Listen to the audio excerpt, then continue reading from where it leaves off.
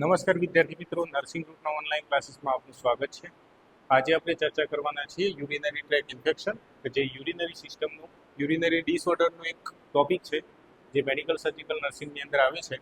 તો urinary track ઇન્ફેક્શનની અંદર શું હોય, તો નોર્મલી આપણે જોઈએ કે જે કંઈ બી અંગો ઉત્સર્જન તંત્ર મારફતે યુરિન પાસ આઉટ કરે છે અને કિડની જે ફિલ્ટર કરીને યુરિનને બહાર ફેંકે છે, આ આખા બધા જ અંગોને તમે કહી શકો છો યુરિનરી ટ્રેક. અને યુરિનરી ટ્રેકની અંદર તમને જોવા મળશે કે નોર્મલી જોઈએ તો આપણી કિડની હોય,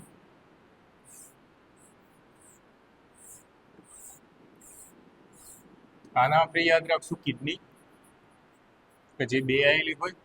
આને યાદ રાખશું યુરેટર કે જે એ પણ બે આયેલા હોય. એના સિવાય જોવા મળશે તમને યુરિનરી બ્લેડર અને લાસ્ટમાં જોવા મળશે તમને યુરેથ્રા. આ મેલ એન્ડ ફિમેલની અંદર કોમન જોવા મળશે. તો આ રીતે તમારું જે સ્ટ્રક્ચર બનશે, આ સ્ટ્રક્ચરના આપણે યુરિનરી સિસ્ટમ કહીએ છીએ. અને યુરિનરી સિસ્ટમમાં કિડની, યુરેટર, યુરિનરી બ્લેડર અને યુરેથ્રા આટલા નોર્મલી ઓર્ગન આવેલા હશે.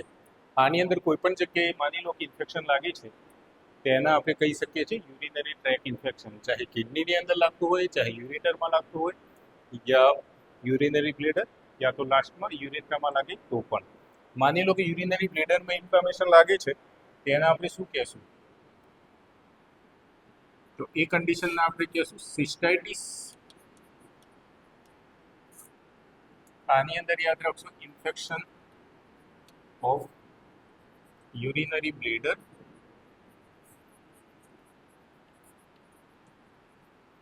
અને એના સિવાય આવશે યુરેથ્રા, જેની અંદર જોવા મળશે યુરેથ્રાઇટિસ. આની અંદર ઇન્ફેક્શન લાગશે યુરેથ્રામાં. અને અહીંયા સિસ્ટાઇટિસ પરથી શું યાદ રાખશો તમે? Urinary bladder.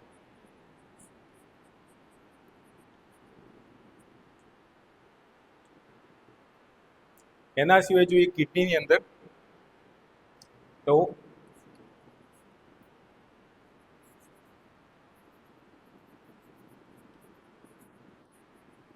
પાયલોરોનેફ્રાઇટિસ. પાયલોરોનેફ્રાઇટિસની અંદર શું જોવા મળશે કે જો કિડનીની અંદર ઇન્ફેક્શન લાગે છે, ઇન્ફેક્શન ઓફ ધી કિડની, જેને આપણે પાયલોનેફ્રાઇટિસ કહીએ છીએ. પાયલોનેફ્રાઇટિસની અંદર કિડની યાદ રાખશું, યુરેથ્રાઇટિસ તો મતલબ યુરેથ્રામાં લાગશે, અને સિસ્ટાઇટિસ મતલબ યુરિનરી બ્લેડરની અંદર ઇન્ફેક્શન, ઇન્ફ્લામેશન લાગશે. એના પછી જોઈએ આપણે, આની અંદર બે પાર્ટ પડે છે, અપર યુરિનરી ટ્રેક અને લોવર યુરિનરી ટ્રેક. અપરની અંદર યાદ રાખશું કિડની આવશે અને યુરેટર આવશે. કિડની અને યુરેટર છે અપરની અંદર ગણાશે, જેની અંદર અપર યુરિનરી ટ્રેક ઇન્ફેક્શન લાગશે તો અપર પાર્ટની અંદર કિડની અને યુરેટર આવશે. અને લોવરની અંદર તમે જોઈએ તો અહીંયા જોવા મળશે તમને યુરિનરી બ્લેડર અને એક જોવા મળશે યુરેથ્રા.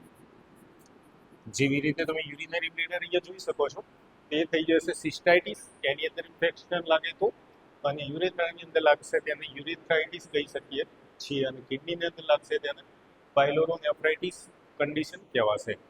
આ બધી જ કન્ડિશન ભેગી કરીએ આપણે તો એને કહેવાશે યુરિનરી ટ્રેક ઇન્ફેક્શન. નેક્સ્ટ જોઈએ કયા કયા કારણોથી આ પ્રોબ્લેમ થશે. તો કોઝિસની વાત કરીએ આપણે,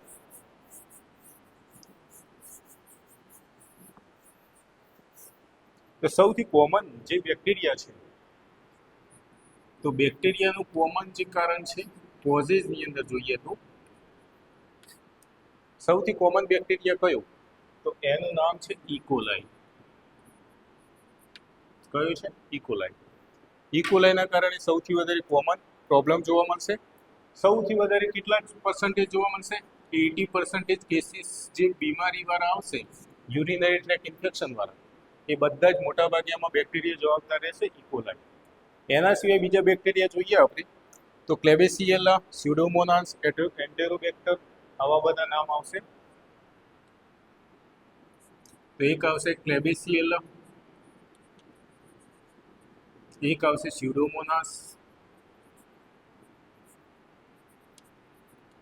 આ પણ બેક્ટેરિયા છે. એના સિવાય આપણે વાત કરીએ તો સ્ટેફાઇલોકોકસ એન્ડ ક્લેમાઇડિયા,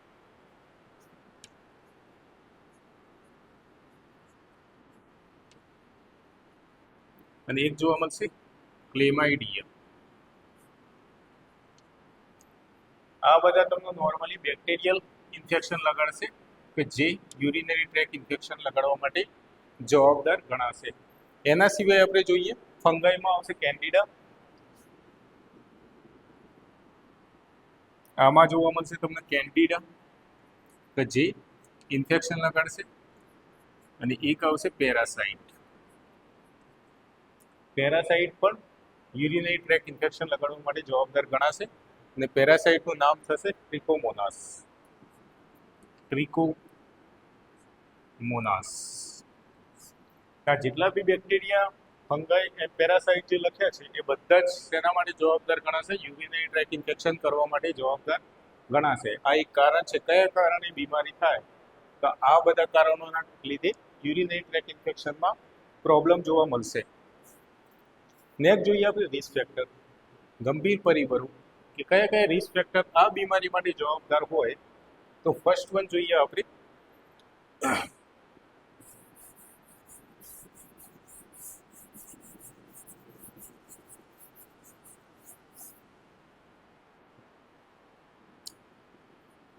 રિસ્ક ફેક્ટર, એમાં એક આવશે કિડની સ્ટોન.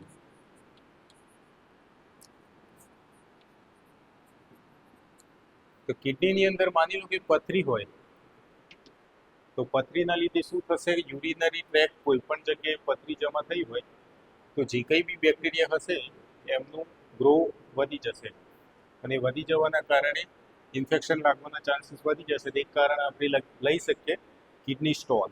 એના સિવાય જોઈએ તો યુરેથ્રલ સ્ટ્રક્ચર જોવા મળશે. તો એક જોવા મળશે યુરેથ્રલ સ્ટ્રક્ચર. યુરેથ્રલ સ્ટ્રક્ચરની અંદર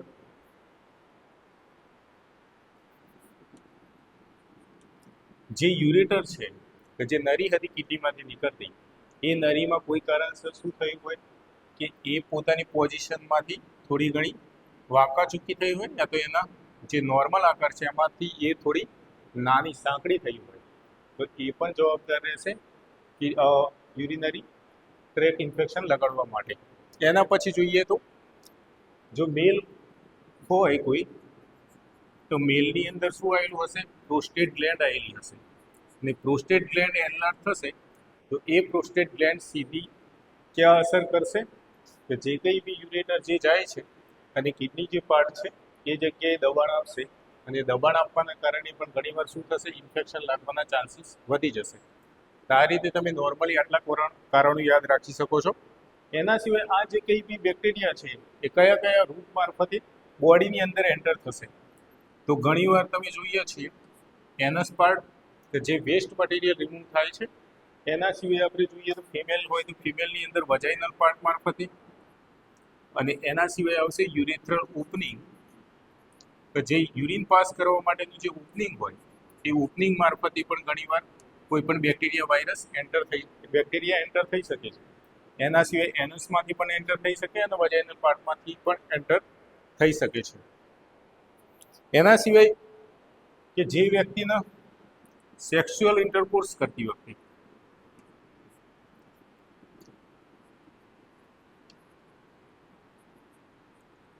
કોન્ડમ યા તો ડાયાફ્રામ યુઝ કર્યો હોય એવા લોકો આમાં પણ જવાબદાર ગણાશે. તો ઇન્ક્રીઝ રિસ્ક છે શું? તો સેક્સ્યુઅલ ઇન્ટરકોર્સ વખતે કોન્ડમ યા તો ડાયાફ્રામનો વધારે પડતો યુઝ કર્યો હોય, યા તો કોઈ પણ કોન્ડમ જે છે ઇન્ફેક્ટેડ હોય, તેના કારણે ઘણીવાર પ્રોબ્લેમ થઈ શકે છે. એના સિવાય જોઈએ આપણે સાઇન એન્ડ સિમ્ટમ. આ બીમારીમાં કયા કયા લક્ષણો જોવા મળશે તેના નોર્મલ આપણે ચર્ચા કરીએ તો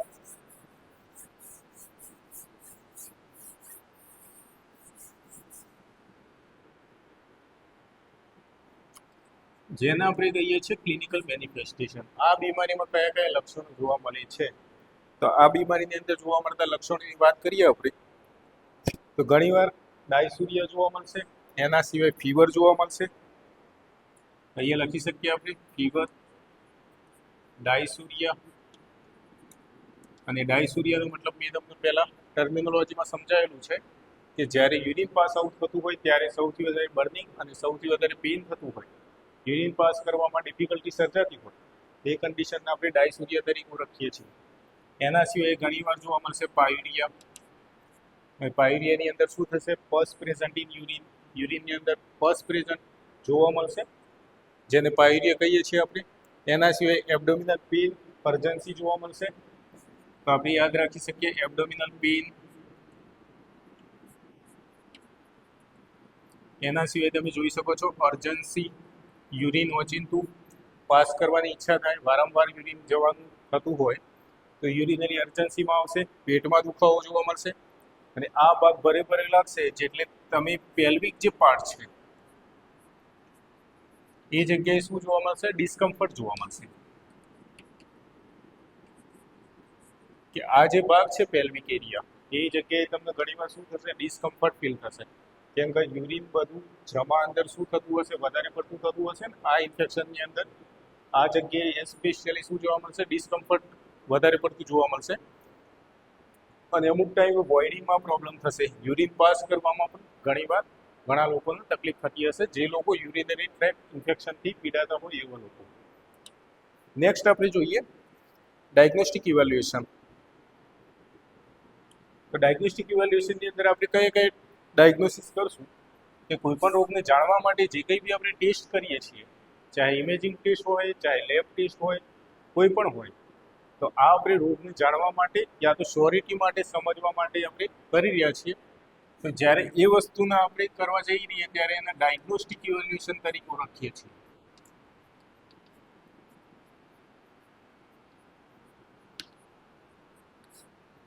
અને ડાયગ્નોસ્ટિક ઇવેલ્યુએશન આપણે કોઈ પણ રોગની શ્યોરિટી સાથે કે હા આ વ્યક્તિને આ જ બીમારી છે એવું જાણવા માટે આપણે ડાયગ્નોસ્ટિક ઇવેલ્યુએશન કરશું. તો સૌથી વધારે પહેલા આપણે યાદ રાખશું urine analysis કરાવશું.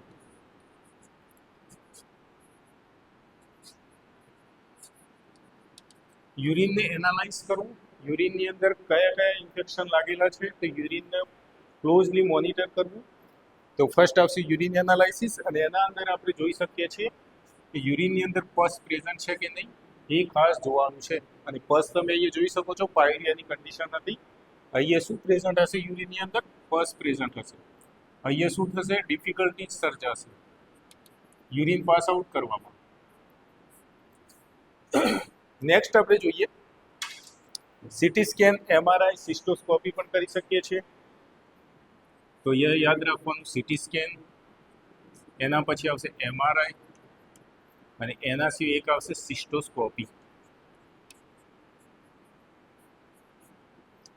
City સ્કેનનું full form થશે કોમ્પ્યુટર ટોમોગ્રાફી, એમઆરઆઈનું મતલબ થશે મેગ્નેટિક રિઝોનન્સ ઇમેજિંગ ટેસ્ટ અને સિસ્ટોસ્કોપીની અંદર શું જોવા મળશે? તો આ એક ટ્યુબ લાઇક સ્ટ્રક્ચર હશે કે જે એક મશીન હશે કે જે ડાયરેક્ટ આપણે ક્યાં નાખવાનું છે? યુરિનરી બ્લેડર સુધી પહોંચાડવાનું છે. અને યુરિનરી બ્લેડરમાંથી આપણે શું કરશું? એ યુરિનરી બ્લેડરનું જે સ્ટ્રક્ચર છે એના આપણે સ્ક્રીન મારફતે જોઈ શકીએ છીએ. એટલે આ કન્ડિશન સિસ્ટોસ્કોપી કહેવાશે. અહીંયા તમે લખી શકો છો વિઝ્યુલાઇઝેશન ઓફ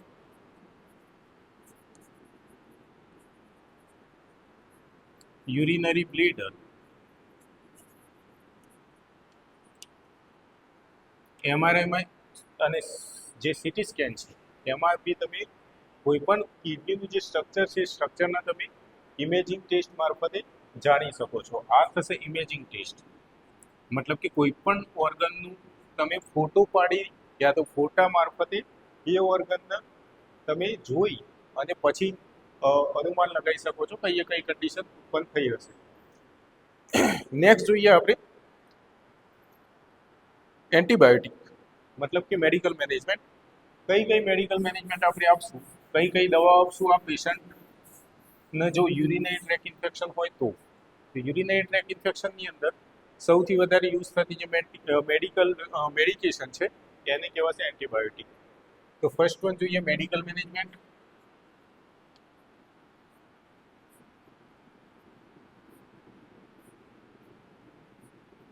તો તમે કઈ કઈ દવા આપશો? માની લો કે તમે ડાયગ્નોસ્ટિક ઇવેલ્યુએશન કરી દીધું છે, તો ડાયગ્નોસ્ટિક ઇવેલ્યુએશન પછી લાસ્ટમાં શું કરવાનું રહેશે?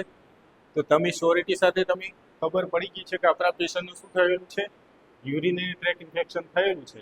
તો યુરિનરી ટ્રેક ઇન્ફેક્શનની અંદર જે કંઈ બી દવાઓ અપાશે એને કહેવાશે મેડિકલ મેનેજમેન્ટ. મેડિકલ મેનેજમેન્ટની અંદર એક લખો સેફિક્ઝાઇમ,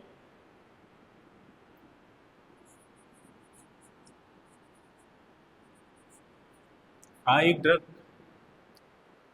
આપશું આપણે મેડિકલ મેનેજમેન્ટમાં.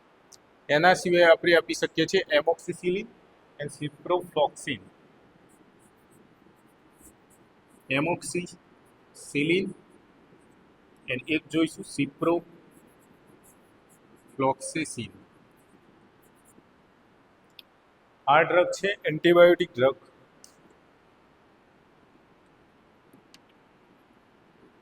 અને એન્ટીબાયોટિક આપણે શેના માટે આપીશું? યુરિનરી ટ્રેક ઇન્ફેક્શન થયું છે એને ક્યોર કરવા માટે આ ડ્રગ આપી શકીએ છીએ.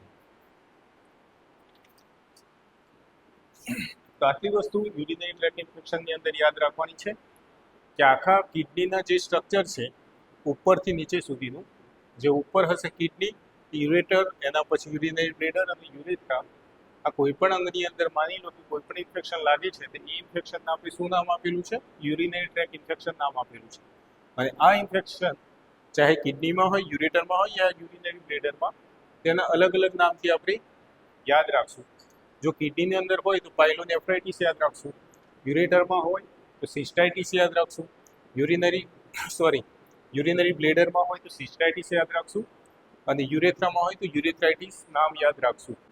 જેની અંદર તમે ડાયગ્નોસ્ટિક ઇવેલ્યુએશન કરી, જેમાં urine analysis, CT scan, MRI અને સિસ્ટોસ્કોપી કરશું, જેના કારણે તમે શ્યોરિટી સાથે સમજશો. અને લાસ્ટમાં આપણે એનામાં જે ડ્રગમાં જે કન્ડિશનમાં દવાઓ અપાય છે એ આપણે લખશું મેડિકલ મેનેજમેન્ટની અંદર. એના સાઇન એન્ડ સિમ્ટમ આપણે જોયા હતા કે ડાયસુરિયાની પ્રોબ્લેમ જોવા મળશે, પાયુરિયાની પ્રોબ્લેમ જોવા મળશે, પેલ્વિક ડિસ્કમ્ફર્ટ ફીલ થશે. એના સિવાય ઘણીવાર પસ કલેક્શન પણ બહાર આવશે. એના સિવાય તમે જોઈ શકો છો ફીવર, તાવ આવી જવું. આ હતી normal urinary track infection. Next condition આપણે આગળના લેક્ચરમાં જોઈશું. Thank you.